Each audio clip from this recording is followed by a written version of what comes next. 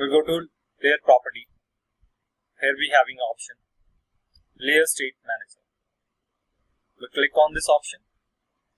Here we'll create a one layer group, so we can transfer this file into another file. We'll click on this option. We'll specify a name, like I'm giving a name to this layer properties. If you want to add any description, you can add a description, or you can leave a blank. Now you can save this. If you want to edit it, you can edit it. Like you want to remove any layer or you want to add a layer, you can add and remove the layers. Okay. You want to rename it this name, you can rename it. Like I want to add only name layer.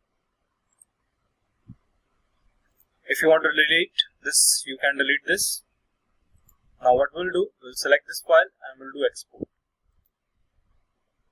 We'll save this file to a desktop.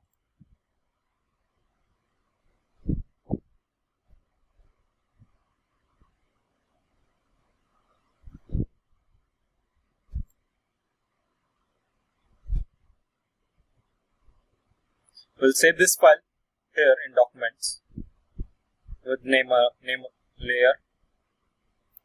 Its file type is .lash and we'll save and close. So we save the layers. Now close. Now we'll open new file from here.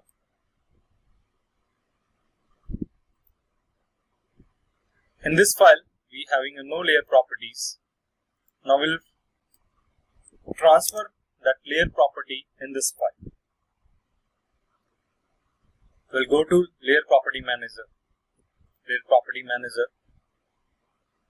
layer state manager. We'll go to import and we'll select that file type .lash and we'll select that file and open.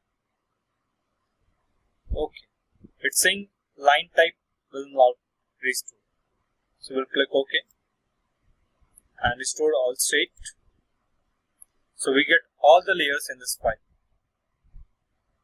So this is how we can transfer all the layers from one file to another file. So we have completed this.